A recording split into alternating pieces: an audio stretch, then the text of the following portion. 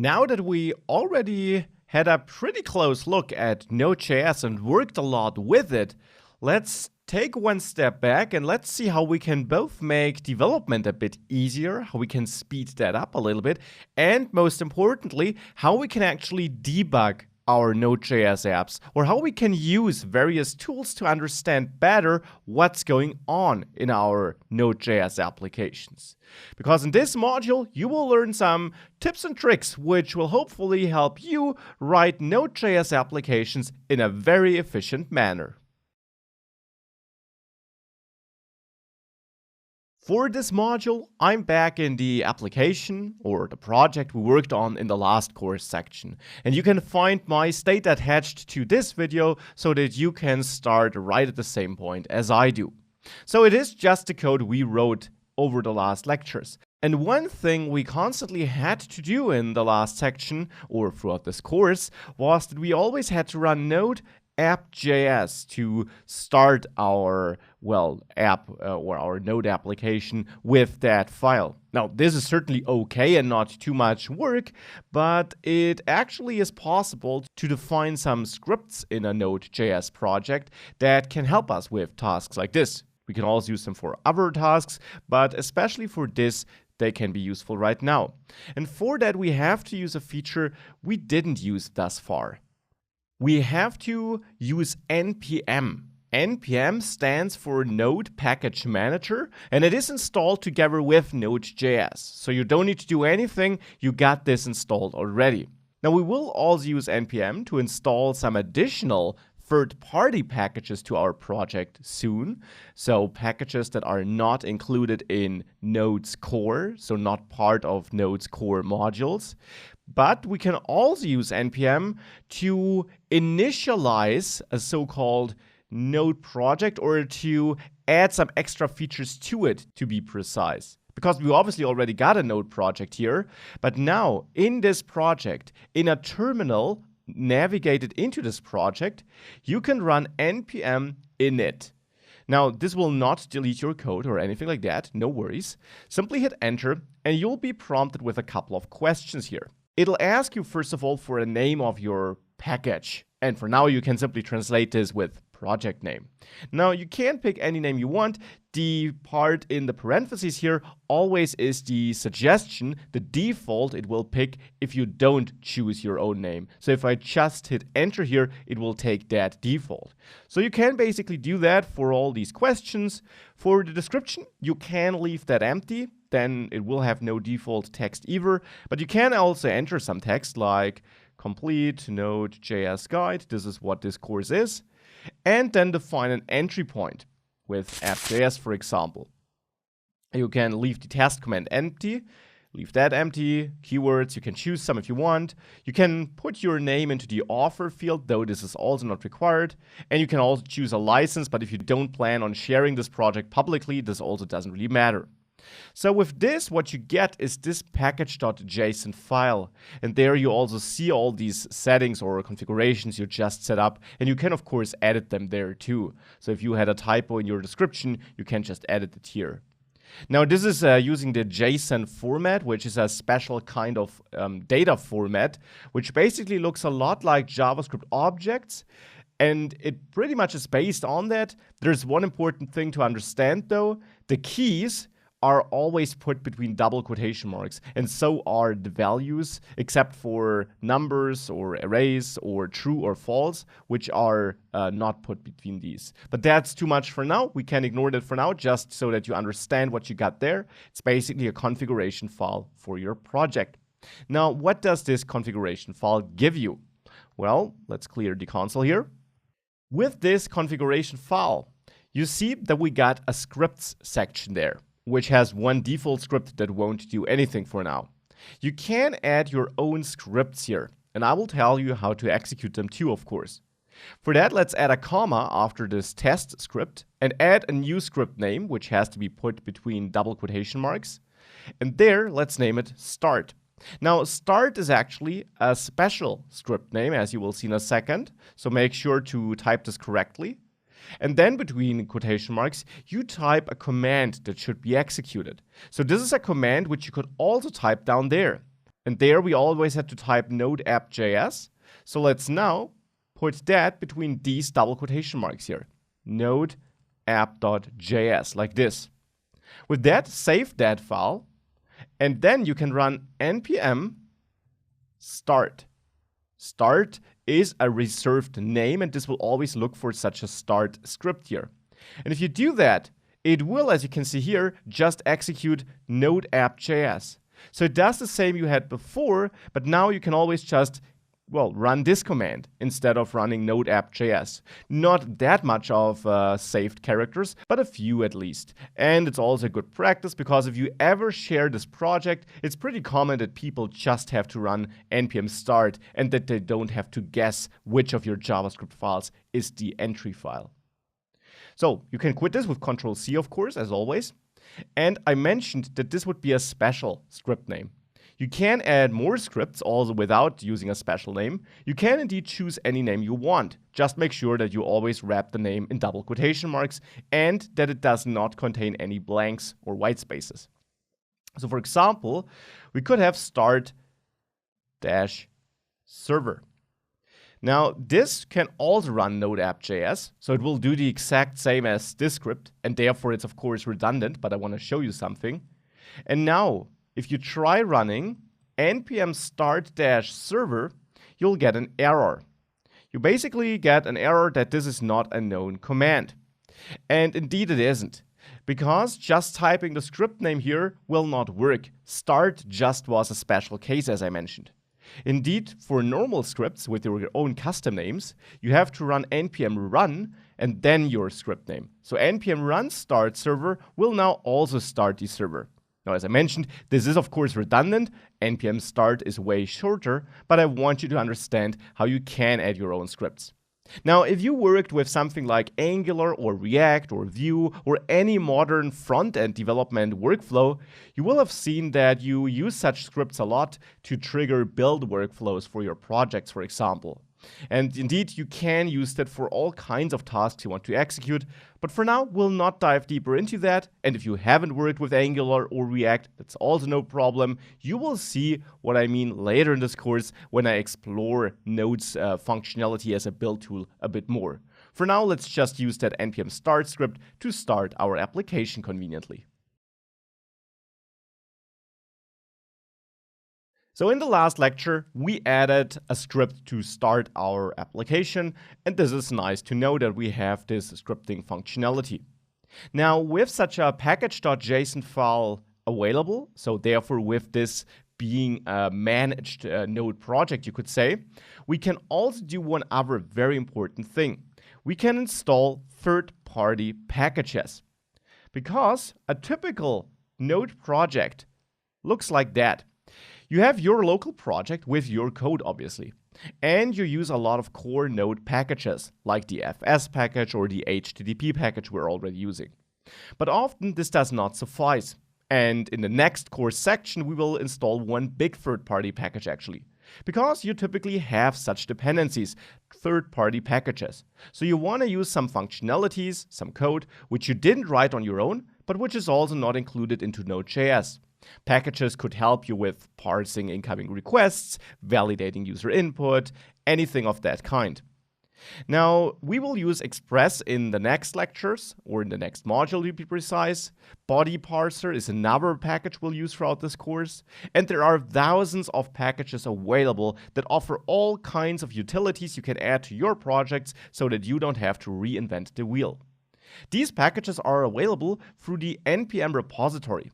That is a cloud package repository where all these packages live, and you can conveniently install and manage them via NPM. Remember, that tool that shipped with Node. And this is exactly what we will do now to install a first little utility package that will speed up our development workflow. Because right now what we have to do is, whenever we change our code, we have to quit the development server with Ctrl+C and restart it, right? So if we have it running with npm start now, remember, this is our new command to start the server. And I would change something here. Like, for example, here I fixed that /head, right? Whenever I do this, I have to save this. And for my change to have an effect, I have to quit the server with Ctrl+C and restart it.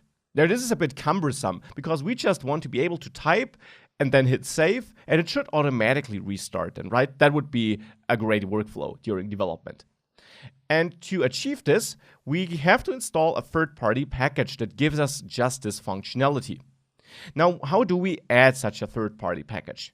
We do that with the help of npm. And there we get the install command. So just as we had run to run one of our scripts, install installs a third-party package. Now, how do we install it? First of all, we have to know the package name. And if you're wondering, well, how do I know the package name? Well, that comes with courses like this, experience, or by simply Googling for certain problems which you want to have solved, and all of a sudden you find a thread where some package is mentioned. Now I can tell you, for this auto restart mechanism, there is a package called NodeMon, written like this. By the way, you can always search for npm and then the package name if you know that name. And you will find an entry on npmjs.com. Now this is the package page basically, where you find a description, installation instructions, usage instructions, how to configure it, because most packages give you an easy way of using it and then always give you configuration possibilities. You see how popular the package is, what version it's using, if there is an external homepage, where the source code can be found if it's open source. So you find a bunch of stuff here. Pretty useful. You also see how many versions are existing, and by default, you will always install the latest version, by the way. But let's go back to installing it before we dive deeper into this whole npm thing. So we want to install it, and this command would install it, but don't hit enter yet. You can define how this should be installed, because packages which you install can be divided into development packages, so packages which mostly help you during development, and production dependencies, so packages that help you for the app as it's running on a server. For example, NodeMon would be a development dependency because we only use it during the development process. Once we install our app on a real server, we don't need it there. The real server, which is running somewhere in the internet, of course shouldn't restart, and it also doesn't have to because we'll not change its code dynamically. And you can basically tell npm which kind of dependency this is. This does not make a huge difference and you can omit this setting, but it helps you understand which package is used for what. Now you do add this by adding --save--dev. If you had just save like this would install it as a production dependency, so a package which we really use in our code and work with. And with this, we're indicating, this only adds something we use during development. There also is a third option, by the way. -g will not install it in this project, but globally on your machine, so that you can use it anywhere. Now, let's first of all install it with save-dev, like this, --save-dev. Now, what this will do is, it will download it from the npm repository and install it into this project. So not globally on your machine, but into this project. So now you see, you get a report here that it finished successfully what it did, and it gives you a couple of new things in your project. It gives you that node modules folder, the package log.json file, and it updated the package.json file. There we see that the new dev dependencies section was added, and that stands for development dependencies. As I said, you can differentiate between different dependencies. We'll see production dependencies later too. And there you see that NodeMon was installed and which version was picked. Now, regarding that character here, well, this basically defines how this package will be updated if you rerun just npm install without defining an extra package name. Because this command standalone will simply go through all your packages mentioned in package.json and install them, and it would automatically pick a later version if available. But more on npm and packages can also be found in a separate module later in the course. So this is basically how we now installed this. And the question is, where is it installed? Well, that is the node modules folder. And actually, that is a huge folder, as you can tell. The reason for this is that, for one, we got NodeMon in there. If we look for n, we see it here. Now, this is basically the source code of the package, or the build version of the package we installed. And this package simply happens to have a couple of peer dependencies. You can see them here and here. So we got a bunch of dependencies in there, and these and their dependencies are also installed. That is why you quickly end up with quite a big node modules folder. But you can always delete that node modules folder if you need to free up space. Now you can't use that package, but you can then rerun npm install if you start working on that project again, and it will reinstall this package and all its peer dependencies, and therefore recreate the node modules folder. This is how packages work in node projects.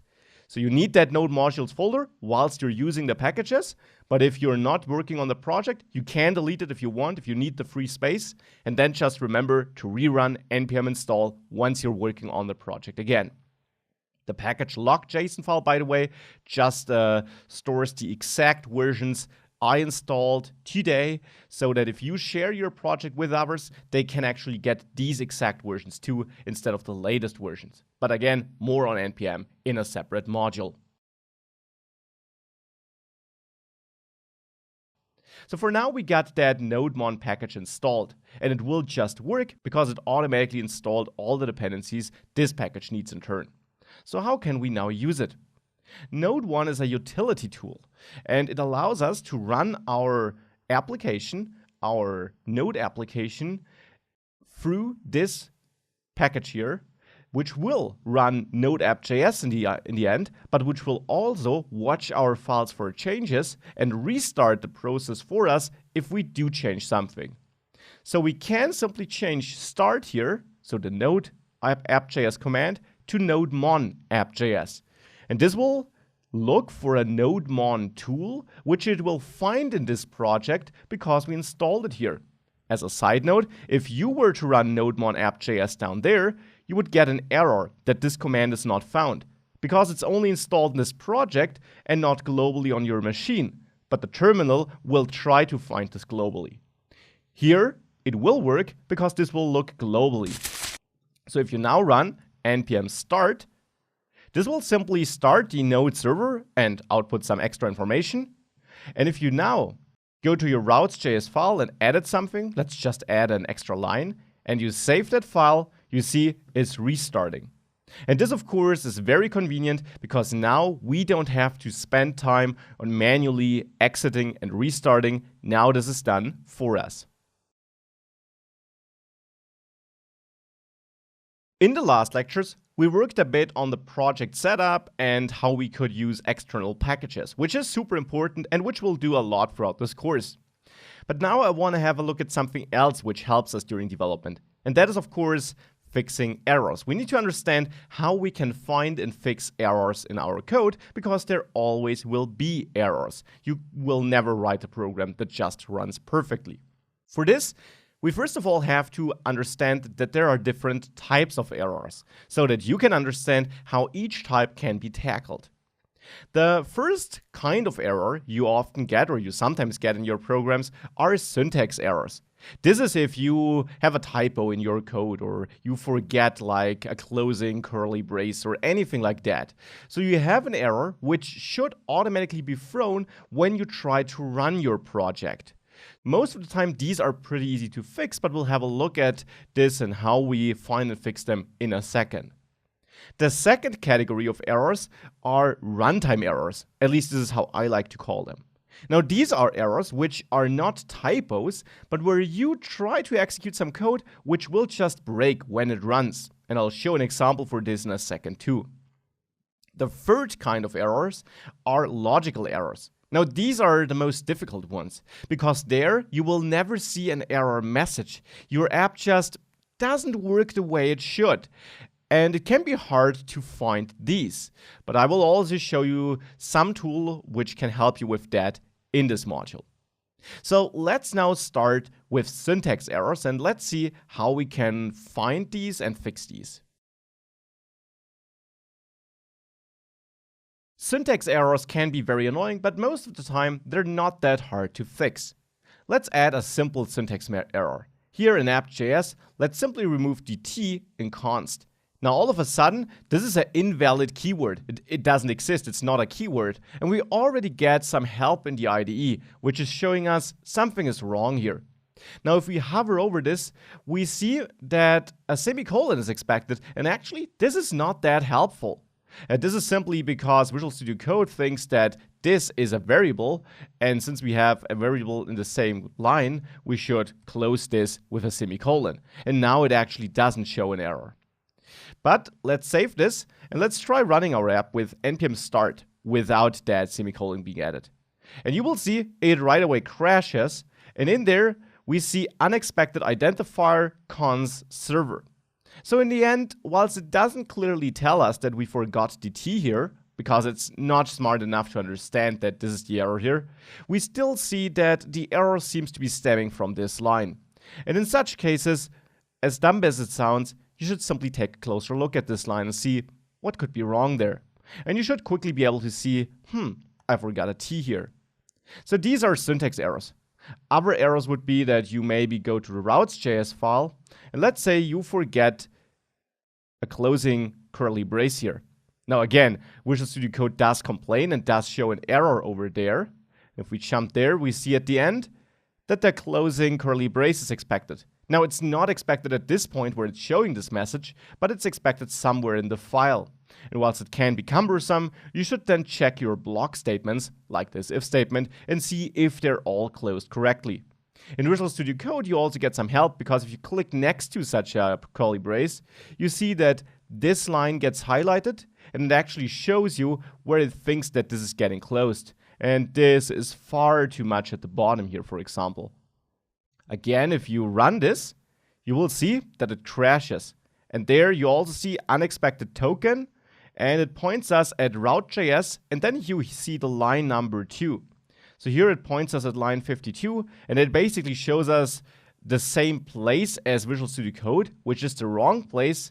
But in such a case here, you should really take the IDE help, see that error message, and then go through your file and see, where could I be missing a character? Or where do I have an extra closing curly brace? Or something like that.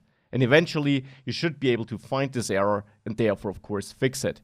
So syntax errors should always result in an error message, and then it can sometimes be hard to find them. Often it's like a typo, a mistyped variable name of a variable that therefore doesn't exist, or missing or extra characters. But you can find them, and it just takes some time to go through your file. The next category are runtime errors. And a great example for this can be shown with the res_write method here. Now, as I mentioned, you have to return here to prevent the execution of the code after this statement.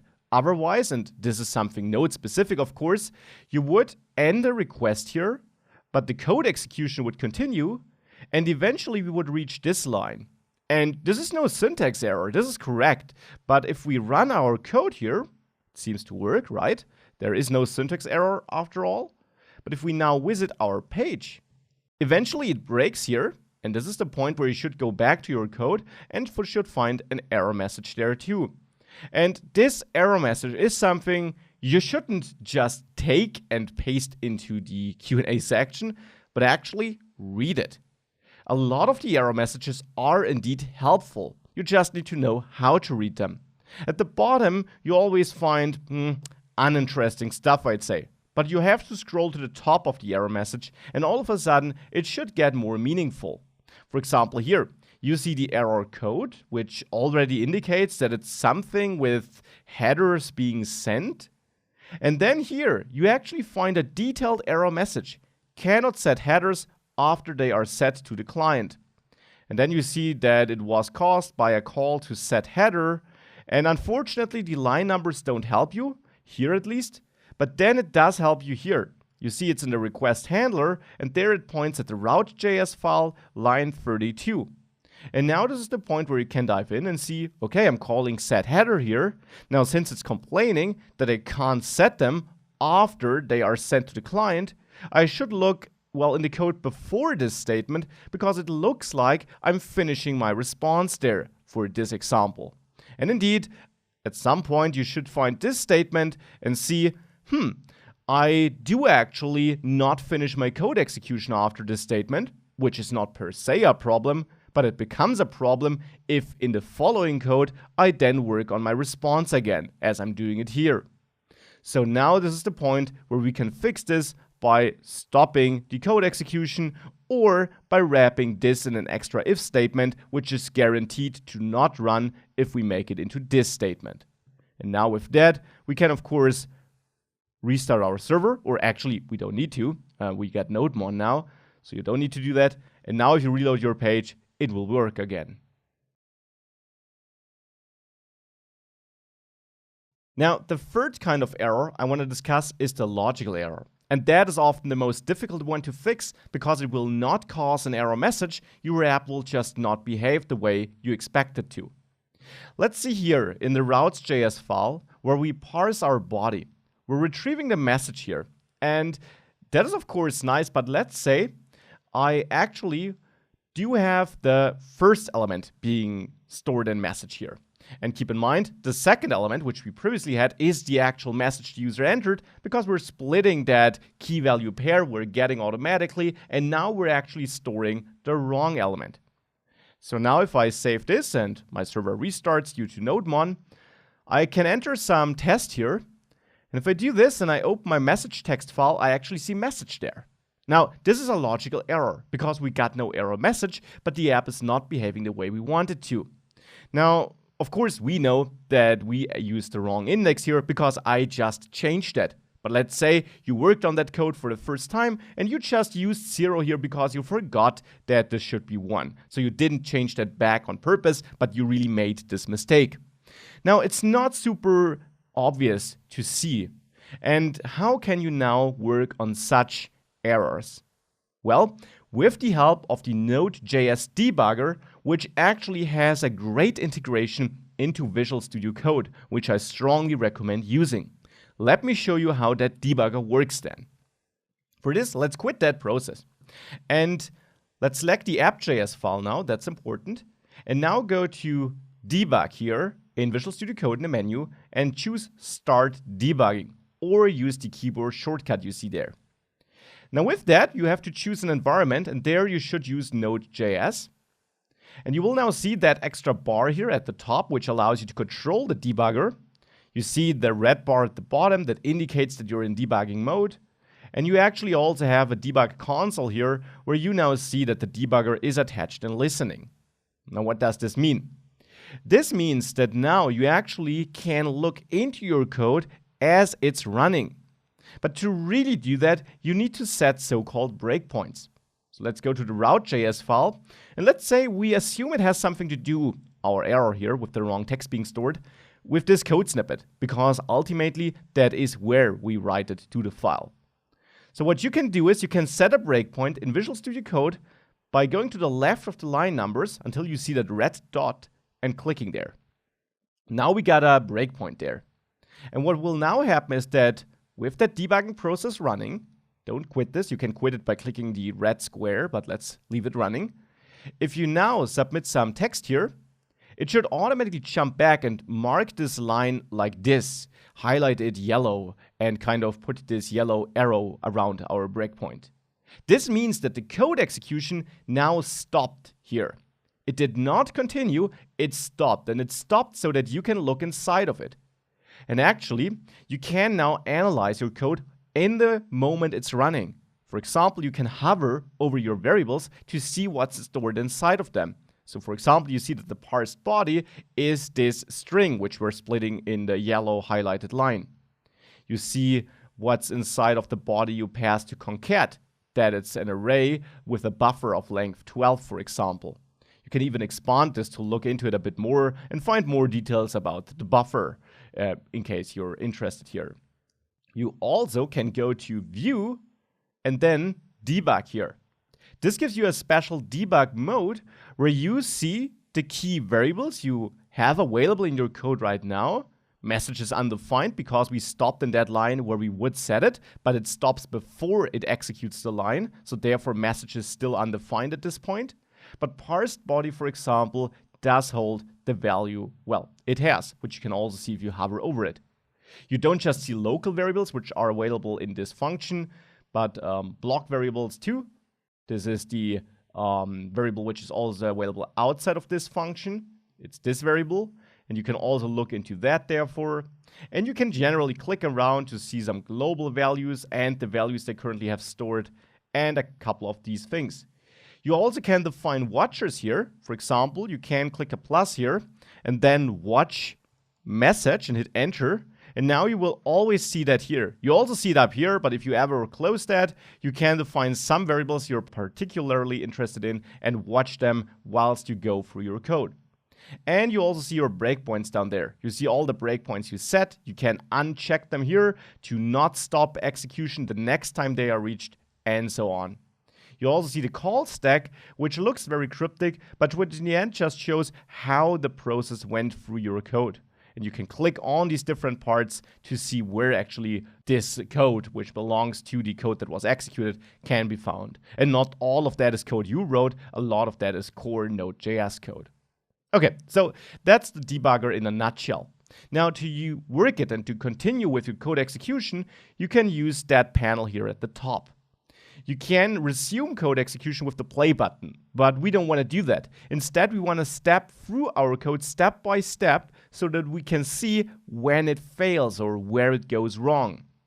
And you can do that with this button, which steps to the next line basically, or with this button here, which doesn't just step into the next line, but actually even goes into functions like this one. So if you click here, and again, now all of a sudden you're in the right file function defined by Node.js. You can step out of there with this key. Now you see, if you continue here, that this wasn't too helpful, but that we can now navigate like this in our code. So now let's make this more helpful. And for that, let's try this again and use the debugger properly now. We'll do this in the next lecture. So I still have my debugger up and running, and now that I gave you a brief overlook of how it works, let's actually send another message here. Hit send, it breaks again because I didn't remove the breakpoint, and let's now fix that error we have. I showed you how we can navigate, so let's click this line here, or this button to move to the next line. Now it registers this code, and here you also see that it doesn't immediately execute this function, because if I click that button again, we jump to the end of this function here. And that makes a lot of sense because, as I mentioned, this function is just registered by Node.js to be executed in the future once the file is read. So for now, code execution will continue with the other lines. Now, the problem we want to solve is not inside of here though. But if you want to get notified once a part in here is reached, you can simply add a breakpoint there, resume execution, and it will break once it reaches that. So once that callback is triggered because the write file operation is done. But our problem, of course, is the message, right? And the message is not available here anymore. So this analysis is actually not useful to us. So let's remove that breakpoint and resume. And let's again run this one more time. And now let's not resume execution, but look into message. And we see message is message, and that looks wrong. We see that parsed body is message equals and then our value. Now, since this is what we store in the message constant, we now can tell pretty clearly that our error has to be stemming from that part here, because we clearly have our value in here, but then we seem to be extracting the wrong piece. Now, split also does its job, and you can even use the console here to, for example, run some commands. You can run parsed body split equal sign here and see what this returns. So you see you get an array with message and tisat because I mistyped test.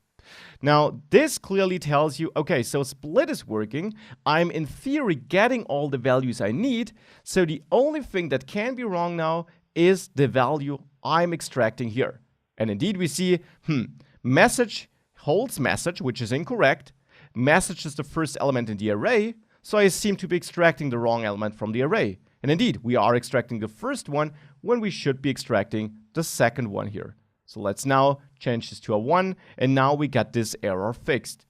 Obviously, this is a bit of a constructed example, but this is just to show you how you can use the debugger to go through your code step by step, that you have to keep in mind that Node doesn't execute line after line, but as I explained multiple times now, that it registers callbacks which are executed sometime in the future and which you therefore also have to control with breakpoints if you want to look into them. And with that, you should have some powerful tools for finding and fixing errors in your code. Now, we worked with the debugger a bit, and after this lecture, you'll also find a lecture with a link to a more detailed explanation of the debugging capabilities Visual Studio Code gives you. Don't learn them by heart, but feel free to explore them to get the most out of the debugger for you. Now, there are two things I want to show you or I want to draw your attention to. One is something you already saw. Let's add a breakpoint again, and again submit this. I already showed you that you can execute code here in that debug console at the bottom. So you don't just see the console logs here, you can also execute code here. For example, you can type a variable name here, so something which is available in your code at this point of time. In general, something which you can find in local or in block here or in global. So the things you find here, like message, you can also type that down there and hit enter to print its value. And this is of course not really useful for printing because you can see the value on the left too. But as I showed you for parsed body, you cannot just print the value, you can also run operations on it that will not affect your code as it's running, but that will allow you to look into it or try out some transformation before you add it to your real code. So whatever you run down there does not affect the code you run up here, but it is nice for you to understand your code. The other thing I want to show you is that for now, at the moment, if we change something in our code here, let's say we add a blank line, our debugger doesn't restart. But with NodeMon, we actually have a package that does allow us to restart. So it would be nice if the debugger would also restart if we change our code. Otherwise, it just behaves differently than the rest of our app, and we have to restart it manually. Now, to restart it, let's go back to the Explorer view for a second. We have to go to Debug and then add a configuration for Node.js. This adds the .vscode folder with the launch.json file. And this allows you to configure debugging for this project and how it behaves. You can click on Add Configuration to see some demo settings you can add, but you can also just type in there. And one setting you can add is Restart, and you can set it to True. You just have to make sure that you also add some other fields. For example, you have to make sure that NodeMon is used. And for that, you set the runtime executable not to Node, which would be the default, but to NodeMon here.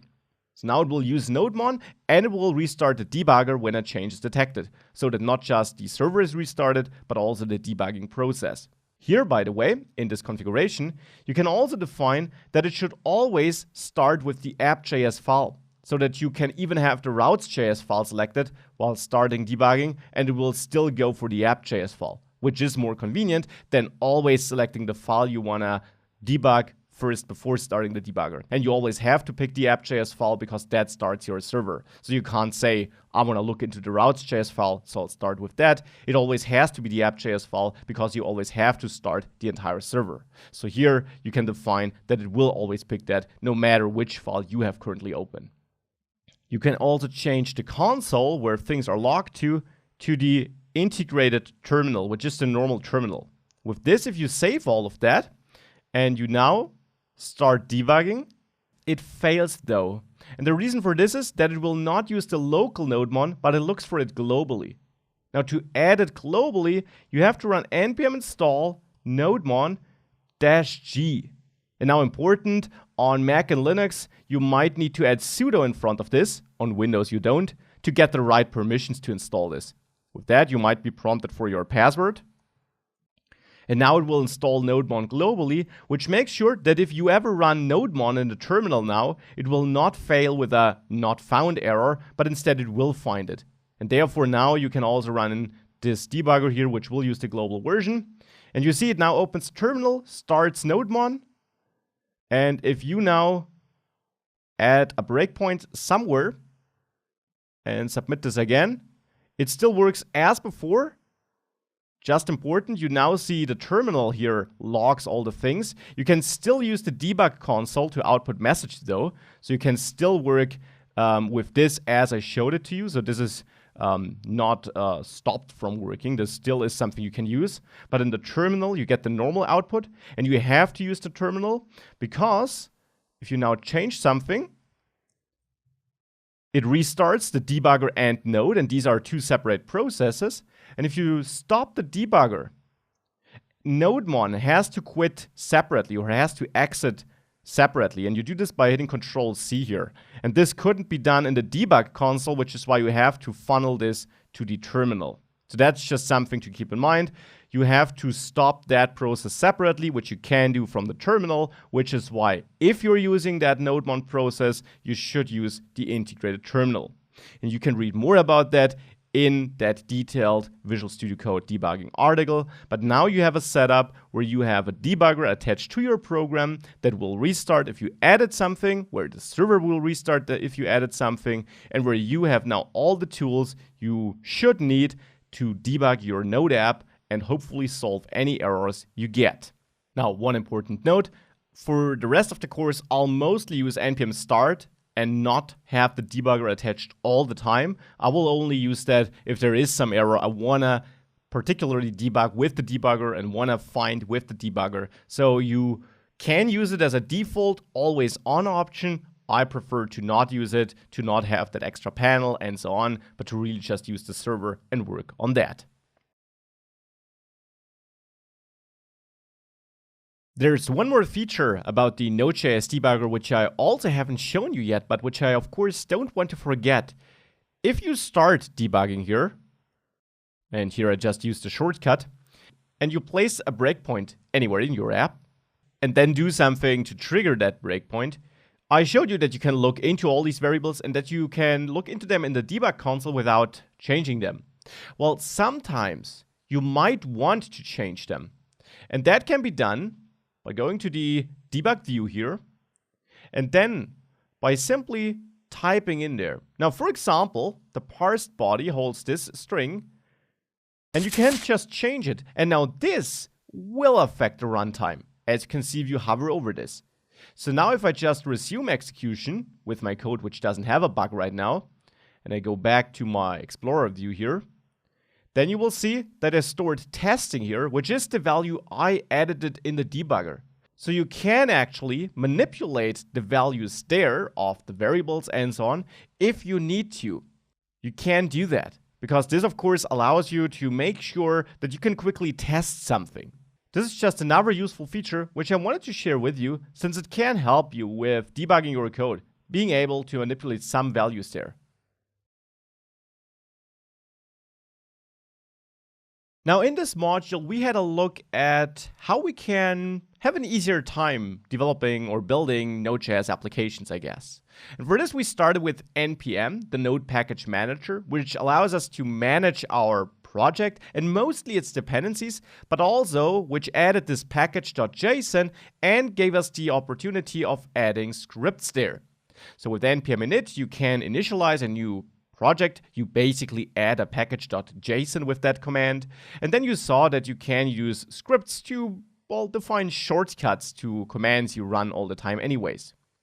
We also use npm to install third-party packages though, because Node projects typically don't just use the core modules or your own code, but often you want to pull in third-party packages. Utility packages like NodeMon, as we did it here, but also, as you will see in the next section, real big packages that we use in our production code. Express.js is what we'll install there. You can install different kinds of dependencies, which doesn't really make a difference. You could use them all even without specifying any of these options, but it helps you keep track of which dependency you're using for what. --save and --save dev allow you to differentiate between production and development dependencies, and global dependencies with -g can be run from within the terminal without getting a command not found error. Speaking of errors, well, in your code you often have errors. That is absolutely normal. And there are different types of errors you can have a look at. Syntax, runtime, and logical errors are the three categories of errors I identified.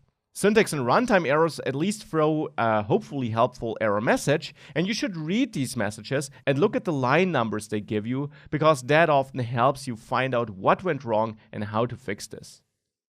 Logical errors often are more difficult to fix, but you can fix them often with a lot of testing and possibly the help of the debugger, which you learned how to use with the help of Visual Studio Code in this section. Speaking of debugging, debugging can be a helpful process because you can use VS Code or debuggers of other IDEs that can be used with Node to look into your code whilst it's running and step through it step by step. You can analyze variable values at runtime, and you can not just look into them, but you can also manipulate them as you learn. You do all that by setting breakpoints so that you define when your code execution should stop and give you an opportunity to look into the code. You can define more than one breakpoint at a time, and you should manage them cleverly. Keep in mind how Node code executes, that it's not line after line, but that it works with callbacks and is event-driven. And therefore, if you want to look into a callback, you have to add the breakpoint there and not right before it. With all that, you hopefully got useful tools that help you build your Node.js applications.